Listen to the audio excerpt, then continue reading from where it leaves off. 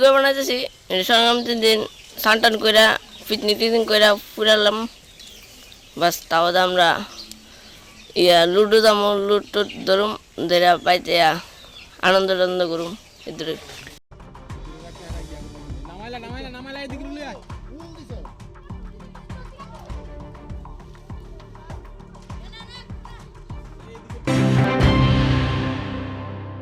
মশলার দায়িত্বে হাম্বাই গ্রুপ।